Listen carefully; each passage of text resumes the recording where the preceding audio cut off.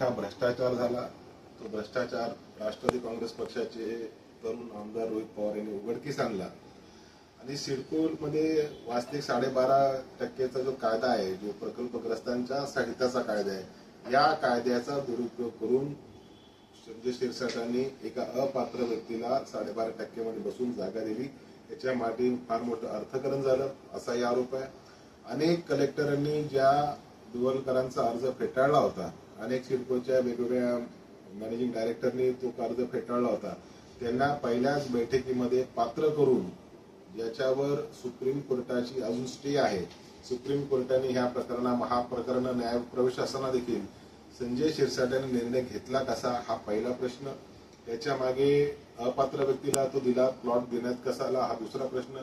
तिसरा प्रश्न, याच्यामध्ये फार मोठा आर्थिक गैरव्यवहार झाला अशी देखील आमच्याकडे माहिती आहे आणि राज्याच्या मुख्यमंत्र्यांनी सुमोटो याच्यावर कारवाई करून संजय शिरसाटांना मंत्रिपदावरून मुक्त करावं, त्यांची उचलबांगडी करावी अशी राष्ट्रवादी काँग्रेस पक्षाची त्या ठिकाणी मागणी आहे।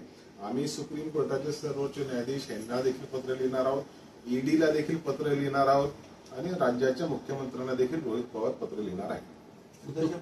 तो प्लॉट कोणता आणि किती रुपयाचा झाला असेल तो सांगा। आजूबाजूला असताना प्लॉट दिलेला आहे, त्या ठिकाणी आपण बघाल तो प्लॉट करोडो रुपयाचा आहे। त्यामध्ये 61,000 मीटरचा तो प्लॉट आहे, त्यामधील 8,000 मीटर त्यांनी ऑलरेडी बिल्डरांना देऊन टाकलेला आहे आणि उर्वरित देण्यासंदर्भाची प्रोसिजर चालू आहे।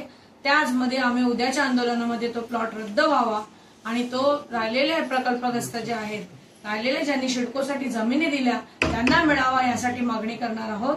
तसेच ह्यांनी जो भ्रष्टाचार केला, संजय शिरसाट आणि नगर विकास खात्याचे जे मंत्री होते त्यावेळेसचे मुख्यमंत्री आणि आज जे नगर विकास खात्याचे मंत्री आहेत त्यावेळेसही होते एकनाथ शिंदे यांना आम्ही जबाबदार धरणार आहोत आणि त्यांच्या संगनमताने ज्यांनी त्या ठिकाणी बसलेले सिडकोचे एमडी सिंगल यांना सुद्धा आम्ही जबाबदार धरणार आहोत आणि उद्याचा धडक मोर्चा आम्ही सिडकोवर काढणार। कुठून सुरू होईल, किती लोक येतील आणि कुठे संपेल आणि प्रमुख उपस्थिती कोणाची असेल? स्थानिक प्रकल्पग्रस्त उत्स्फूर्तपणे सहभाग घेतील।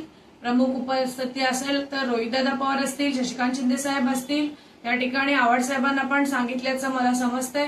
या ठिकाणचे जे पक्षाचे प्रमुख नेते येतील। हे जे आंदोलन आहे कोकण भवन समोर या ठिकाणी मेट्रोचा जो ब्रिज बनलेला आहे पेट्रोल पंपच्या बाजूला, तिथे आम्ही जमणार आहोत, तिथून आम्ही सिडकोला जाणार आहोत।